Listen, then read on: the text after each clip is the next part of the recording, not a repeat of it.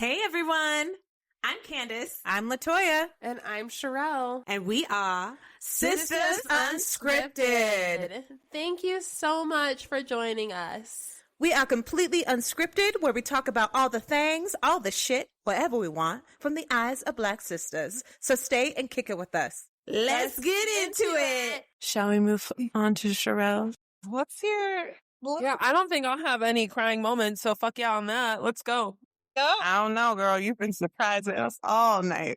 Them tears flow. Much. In my betos in Monoma. Hey, mambo mambo. I don't know how it goes. I don't know those lyrics, obviously. Anyway, okay. Dear Sher'l. Oh, go ahead. No, I'm saying this is I was going to say, this is Sher'l's time. This is Sher'l's She turned like the sunshine. I didn't mean it like that.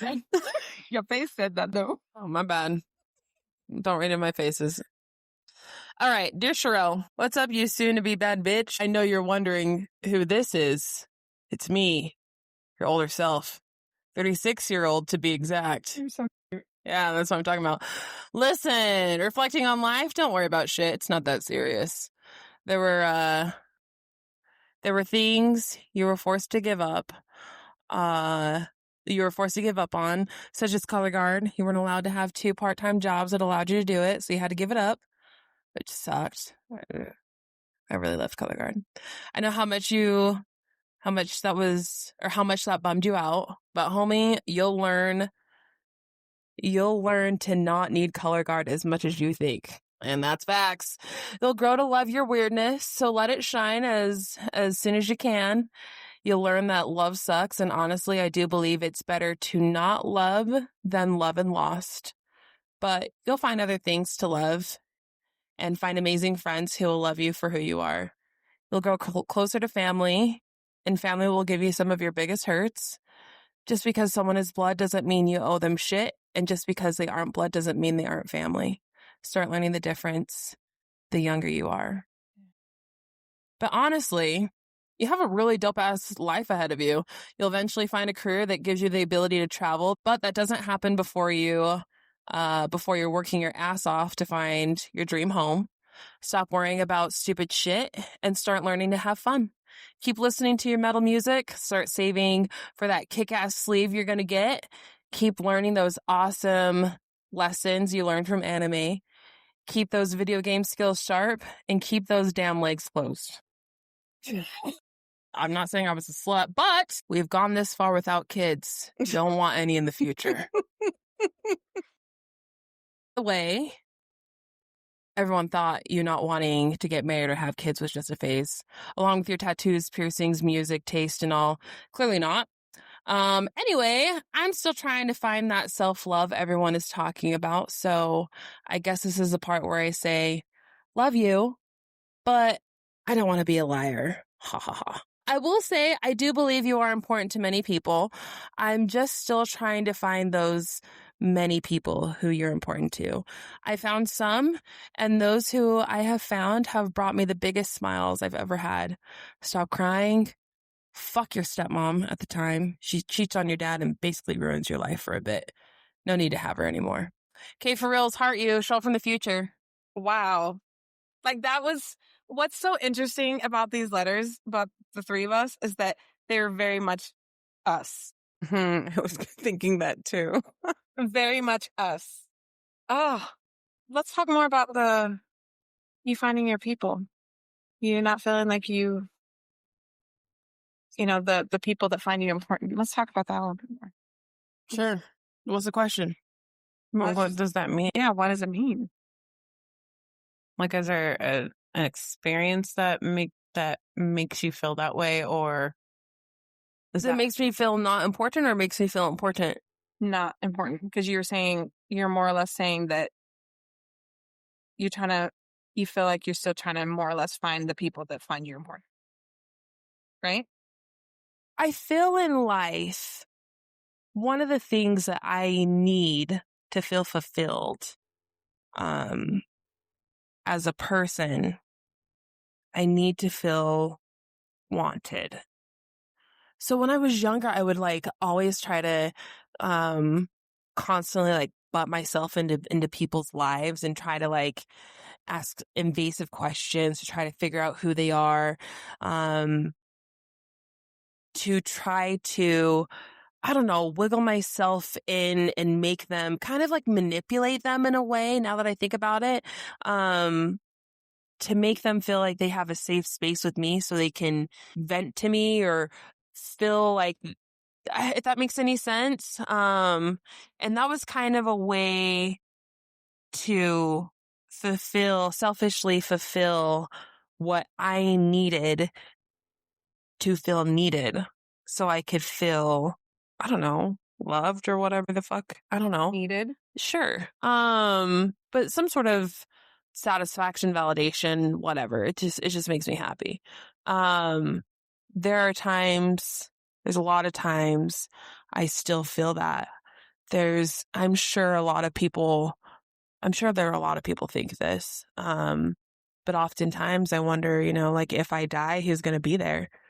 Like if I were to just like die in a plane crash, who's going to be there? And I don't think there would be a lot of people.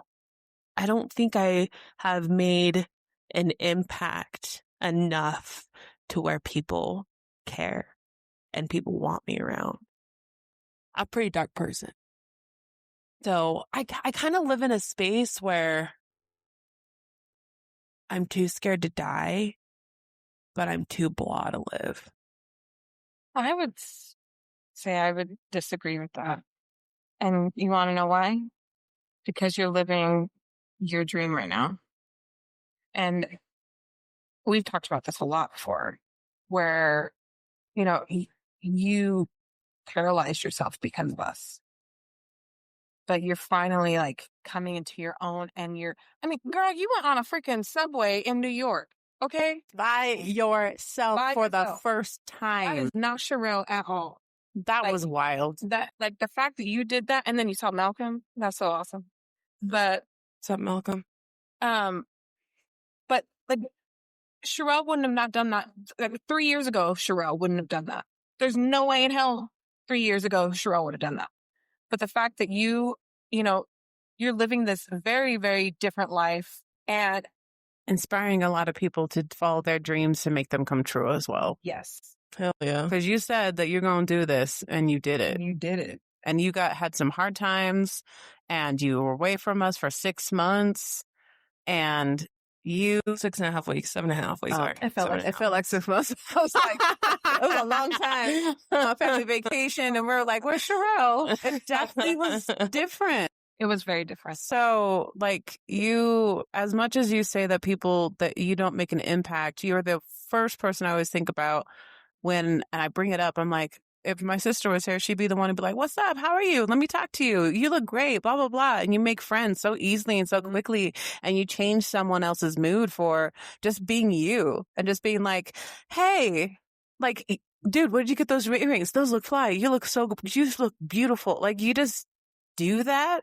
And I know that impacts people's lives and makes their day much better. And if not, probably even bigger. That moment will probably live with them for much longer than that moment. So, and like, we are just privileged enough to be able to say you're our sister, and we get to experience that more often than those people who get to experience you that one time. Right. See, and I think, work with me while I'm trying to work these thoughts out. You talked about you not thinking that there may be, a lot of people at your, I think sometimes we have to understand that, what is it? What's quantity versus quality versus quantity. Hmm.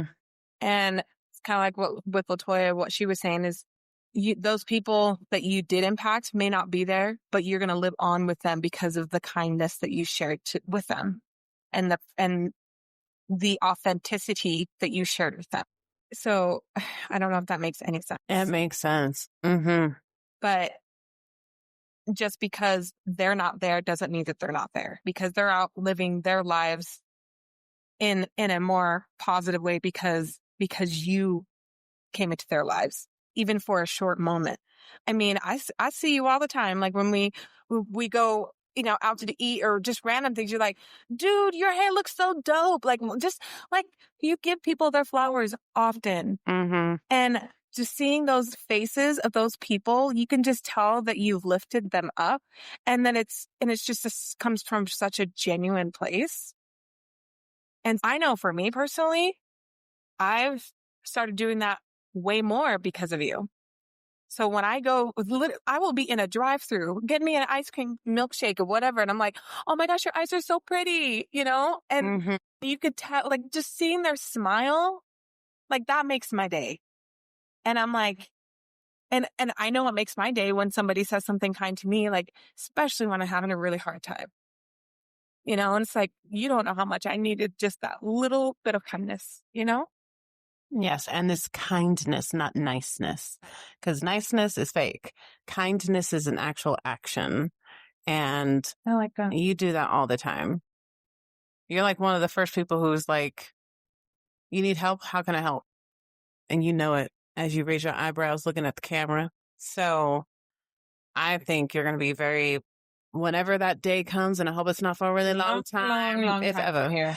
But I think you're going to be pleasantly surprised of how many people are going to be there to celebrate you and how many people who are going to feel that loss when you do pass. And they won't even know why. Exactly. Because no, for real. It's exactly. Hell yeah. I mean, like when we went on our family vacation, we still had fun, but there was a part of us missing. It's so much better when we're all there together, Yeah, like I said, we had a great time, but still there's only things that you can bring to our family. There's only things that LaToya can bring to our family. Only things that I can bring. William, Mm-hmm. And like we're puzzle pieces. Mm-hmm. We complete each other. We do. Now tell me about the bad bitch. Yeah, who's that? Who's the bad bitch? It's me. Did you always believe that when you were 18? Or is that like a coming of realization? That part, the later. I don't know. Like, it's just, I don't know. I don't know when I realized it, but I'm glad I did. I wish I would have realized it sooner. Why? How so? Just, because you always hold yourself back, right? To a degree. Doing things to appease others, making sure that, I don't make the parentals upset. All that stupid stuff. I remember when I think I was like 16, and I did my Christmas list, and with my Christmas list, I wanted Spy Gear was really fucking cool at the time. Yeah, Spy Gear. You could be like a spy, and it was like toys and stuff like that. And I was sick as fuck, dude. And then there was a lot of Dragon Ball Z stuff on there. I love Dragon Ball Z. I still do. It's the best show of all time. And I remember when I gave my list, the parent at the time, I say that because I don't want to say dad all the time. You just did. I know, obviously. But the parent, I don't remember if I got in trouble. It sounds like something that I would have gotten in trouble. Like I got in trouble for something, I assume, because that makes sense. And then it turned into, you need to grow up. And also this Christmas Spy Gear, that's toys. You're 16, grow up. Or, you're this Dragon Ball Z stuff. You're not a kid anymore, yada, yada, yada. So, and I think that's one of the reasons why I reject so much of the adult ideals. I'm serious about things I need to be serious about. I'll never fuck with survival needs. Like, I'll never fuck around with money, with food or shelter. I'll make sure that those are always good. But outside of that, fuck everything else.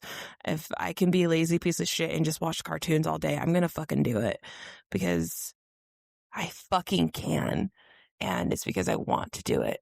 And I think whenever I realize that, and fuck what everyone else says, because yeah, I was always made fun of for like watching Dragon Ball Z and shit like that. But yeah, I think once when I realized that, it doesn't matter anymore. And all the people that fucking made fun of me, they're miserable in your fucking marriages with your kids.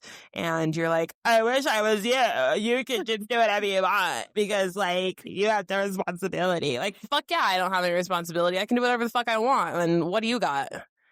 A 9 to 5 that you got to go home to every fucking day with your terrible marriage and your responsibility to your kids. Yeah, Linda. Listen here, Linda. Yeah. My name ain't Linda. So I don't know when I realized it, but I mean, I fucking love it.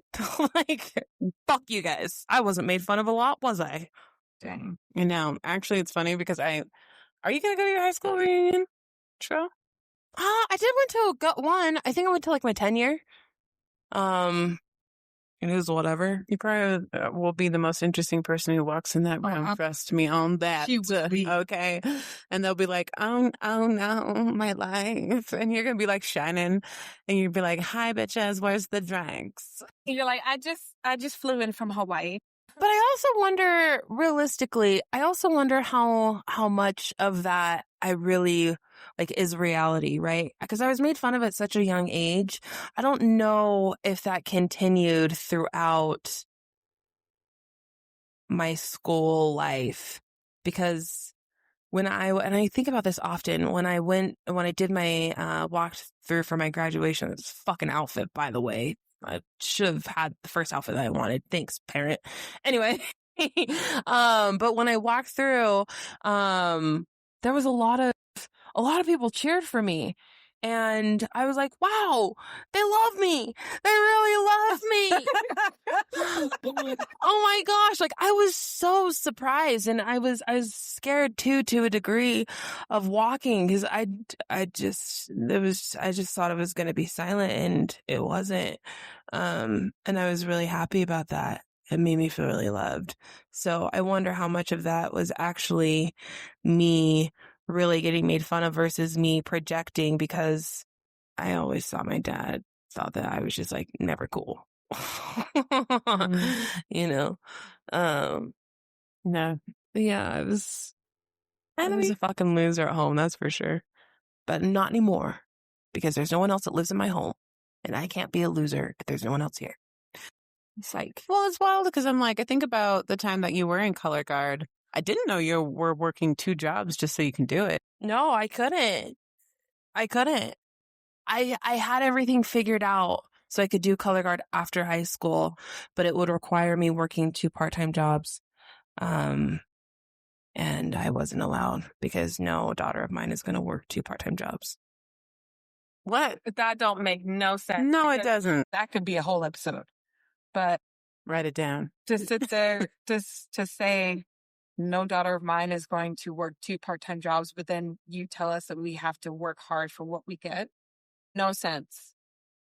Like, what you were doing exactly that, working hard for what you want. And you know what's so funny? I feel like, maybe this was just me, but I feel that this particular parent is more proud of me than, like, out of all of the children, because I work a fucking shitload, and it makes me feel they place importance on work versus a quality of life,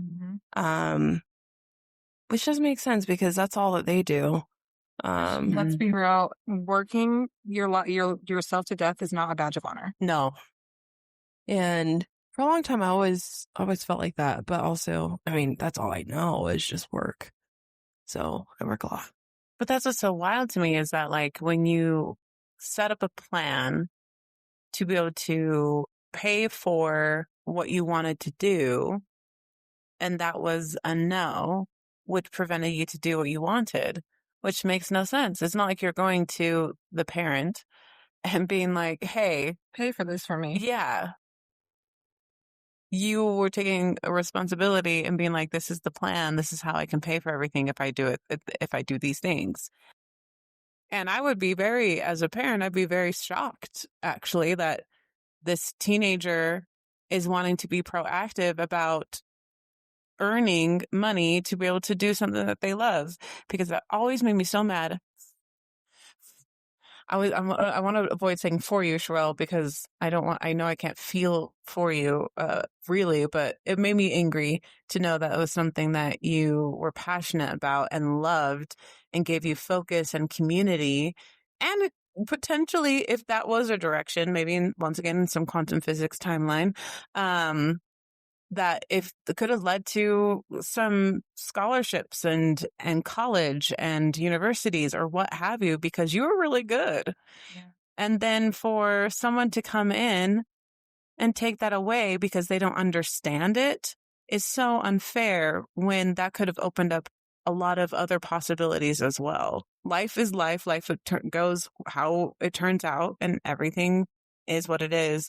And also just knowing that that was your passion, and that passion leads you to so many possibilities. I do not understand why parents decide to squash those things when they give focus and direction, especially at a very important time of your life when it's easy to get distracted by things that you shouldn't be doing, and that can lead you down a darker path. Right. So I think it goes back to what we've kind of talked about, a lot in this episode. They're projecting their own fears onto their children. Yeah, I trust that our parents, even though we might see things differently, because we are entirely different people, I do trust that our parents did the best that they could and had the best intentions and wanted to set the best path. And I do full-heartedly believe that I was told no because For protection and all? Yeah, because he thought that he knew what was best for me, which to a degree I can appreciate. And that's kind of the things that I have to do to make myself like less angry, more of a coping, if that makes any sense. Mm-hmm. But also at the end of the day, people just need to understand that, from when it comes to a parent to a child relationship, they're just different people. And so I mean, to a degree, you have to just let them do what they want to do. And they'll figure it out on their own. And if it's not how they envision it to be, the parent, how it envisions it to be, then it's a lesson, and hopefully the kid will learn from it and implement the lesson and move forward. But I also understand that's really hard to do, especially because, you just want to keep your kids so close.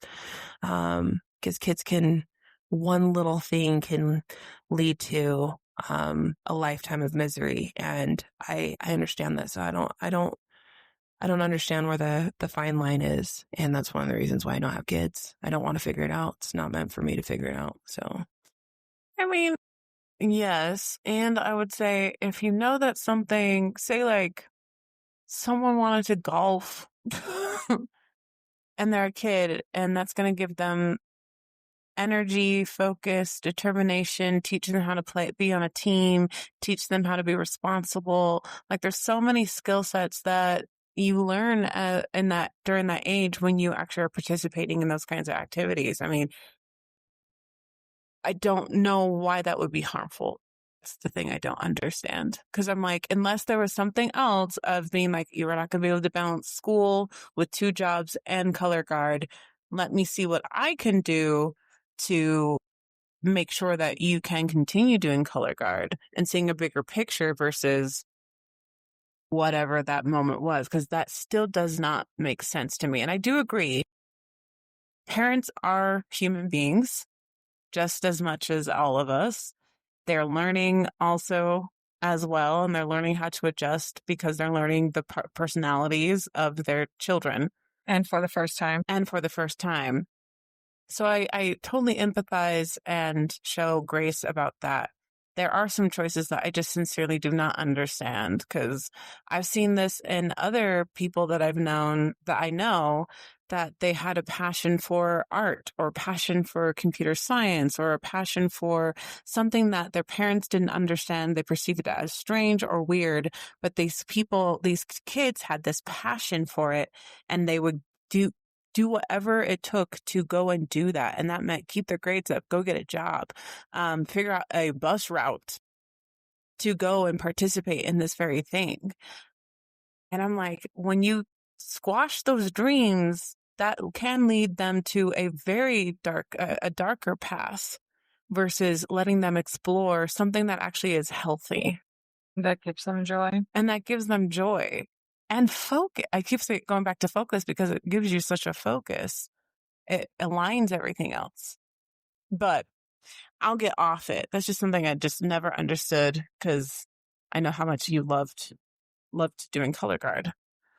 But something I loved about what you said, Sher'l, spitting some wisdom, when you said something, I'm going to paraphrase, about not always, family doesn't always mean blood, and those who aren't blood are family. I totally butchered the beauty of that.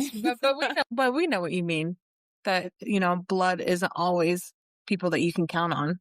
And sometimes people that aren't blood, can take that spot as family members. Yeah, family is tough, man. Because some of my deepest pains come from family, and shouldn't be like that. I feel sometimes family lacks. I find that in other people who aren't family, and that I'm very, very thankful for. I'm really grateful that we had this conversation today. I learned a lot about both of you today. We're sisters. So at some point, I know we're not going to know everything about each other, but we know a lot about each other. But just when I think I'm not going to learn anything new about you guys, I learned something new. And it just gives me, an even stronger love for you guys, and stronger empathy in a way of or understanding of oh, okay, this is why they do that. And maybe I need to learn how to not take their reaction as personal, because it has nothing to do with me. If that's just something that they're dealing with. Because obviously I'm really sensitive, and we've had this conversation before, Sher'l, where you're very much you're pretty much straight to the point. You're dry sometimes. And you don't mean it to come across in a negative way, but I constantly, I take people's tone, their words, I take it for a literal thing. And so you could say, "Hey girl, how you doing?" And then I'm like, "Oh, she thinks, okay, things are good." And you go, "Hey girl, how you doing?" And at that point, my mind's thinking, "Okay, what's going on with her? Is she upset? What's?" But really, you're just doing you. Yeah, so I don't know why I'm like that though, because with other people, I'm good, but with you guys, I feel like I always play the I can't be bothered with this, sister. I actually can answer that. Maybe, at least, because I've thought about that with myself too. Because there's times when Mom and Terry help me a lot with the kids. I go to work every day, and I have to put on a face because I'm in HR, and I have to put on that smile, and I have to be likable. But I think when you're able to be around your family and you don't have to pretend, I think that's what that is that you're comfortable being whatever you had just said that you felt, or that you were you don't care, or whatever it was. No, I just always like to be the cool one, and I feel like the cool one is always the unbothered one. Okay. Now I'm gonna come over and be like, Sher'l, the unbothered. Yeah, I really think that's what it is. I don't know. But I also, I understand where you're coming from, Candace, because deep down inside, I do feel like that. Mostly. There's still parts of myself I do have to shelter around family.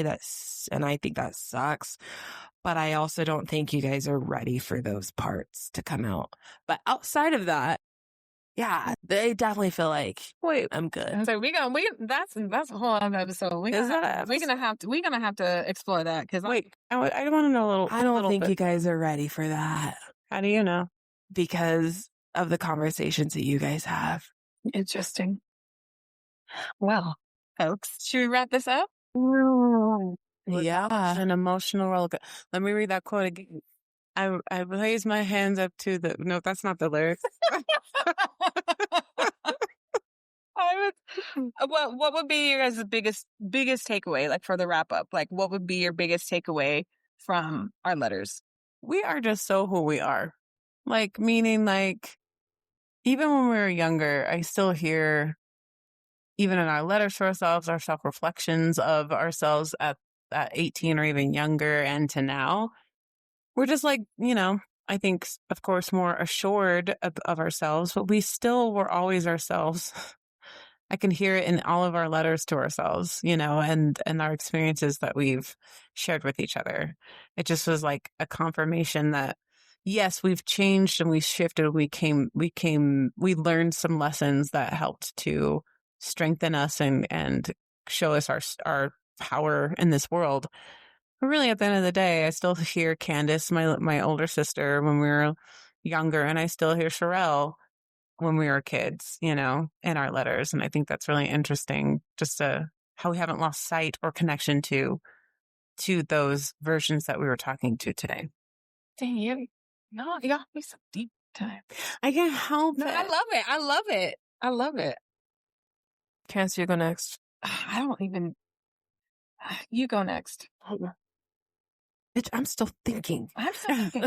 Well, I'll sing a song while you both figure it out. All right, I got it. I got it. No, I'm good. Biggest takeaway. I'm probably going to be rambling because I don't even know what I'm going to say, but I really just don't want to hear anyone singing. Damn. I feel,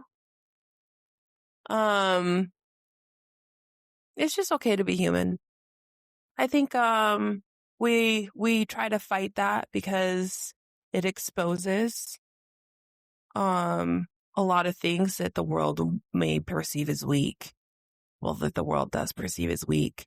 But it's good to be in touch with our human side because that's actually what we ourselves need, and that's what more of the world needs. So my biggest takeaway is just be human and find what you need that makes you feel human. I've also farted like twice during this. I'll fart again. I felt it. No, That's the third time I farted. Right. It's not in the microphone, okay? Thank God. No booty flakes. No booty juice. My biggest takeaway as the oldest sister, I think, and I'm not as eloquent, with words like you guys, but Yes, you are. like we're still writing our story. That part. We're still writing our story, and it's not over yet. Why does that sound like the semicolons? The semicolon tattoos. Oh, I have no idea. Yeah. But, like we can continue to rewrite our story as many times as we need to.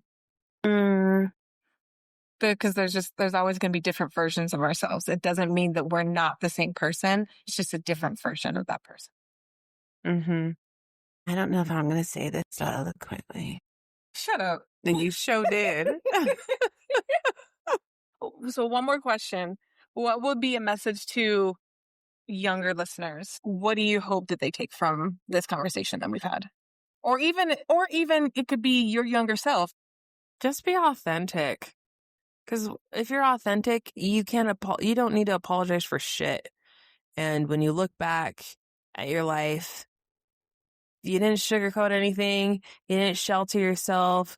You didn't restrict yourself. Just be authentic. No, you can. A message to younger peeps. Oh, I just had it and I lost it. Pull it back down. I think what I want them to take away from this is that Do do do do do do do do do do do. Okay, sorry, my bad. Yeah, go ahead.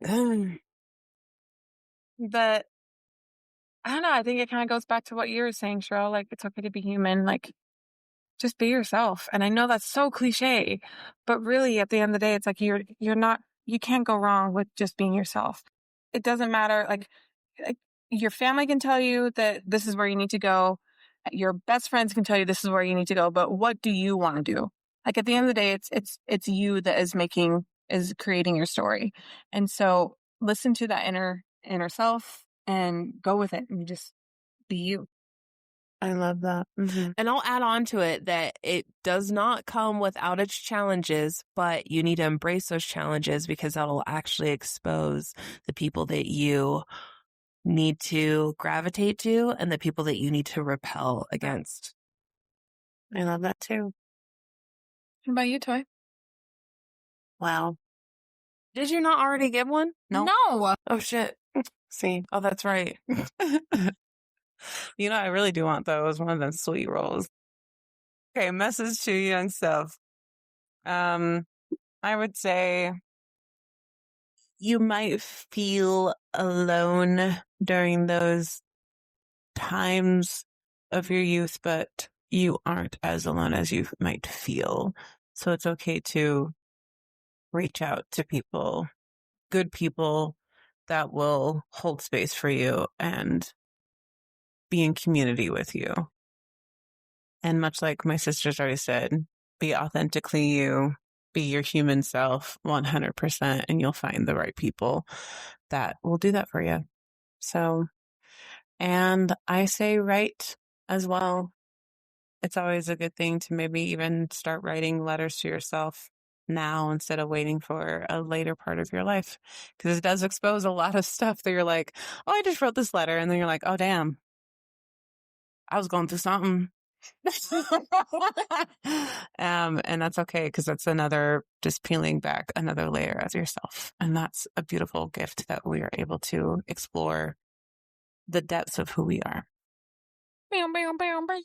And now for my song that I wasn't able to sing. Let's get into the joys of the week. Joys of the week? Joy. I'm just going to say right now that this conversation. It's this conversation. Okay. I hate you. This conversation though, like I think it opened up there's a lot of healing that I think happened in this conversation. Not only for our relationship, but for ourselves. I agree. So that's my joy. Heal the world or heal yourself. Make it a better place. I would agree. I think this conversation is my joy of this week as well. It's been really beautiful to listen to your letters and get to know you both on an even more deeper level. Love it. And the joy for me is every time I land. Yes. Hey, Amen. Amen. Uh-huh. We want to thank you so much for joining us for another episode of Sistas Unscripted. We are on all the socials. You can also email us at sistasunscripted@gmail.com. Sistas, not sisters. We have a phone number now that you guys can actually reach out to us. Oh, what? You can send us text messages. You can send us voice messages, Voice. shout outs. You can send us topic ideas. You can also not be fucking weird with it. So don't be weird. I see you people commenting on our feet. Thank you, but also... But also, now put that away. Look at these ashy feet. This will still get people be like, oh man, look at those ashy feet. My fetish. Don't be weird. I mean, if you do be weird, that's fine. But also just know that you may be exposed in our podcast. Do we need to bring the Tootsie Roll back? Exactly. We need to bring the Tootsie Roll back. Tootsie Roll. Tootsie Roll. But that number is 801-989-3226. Again, 801-989-3226. But we really would love to hear from you guys. And you may even get a chance to be on the show. So with your questions and, your joy, you can even share your joy with us. You can, anything. Hey. Just keep it positive. Keep it. Keep it genuine. And keep it genuine. I like that. Keep it genuine and authentic. I love that. Awesome. Well, thank you again for joining us for another episode of Sistas Unscripted. Woo. We love y'all. We appreciate you. And thank you so much for your support. Yes. And Sistas Out. On this out, I'm going to sing you away. Bye. Until another episode. Is it this one? Hey.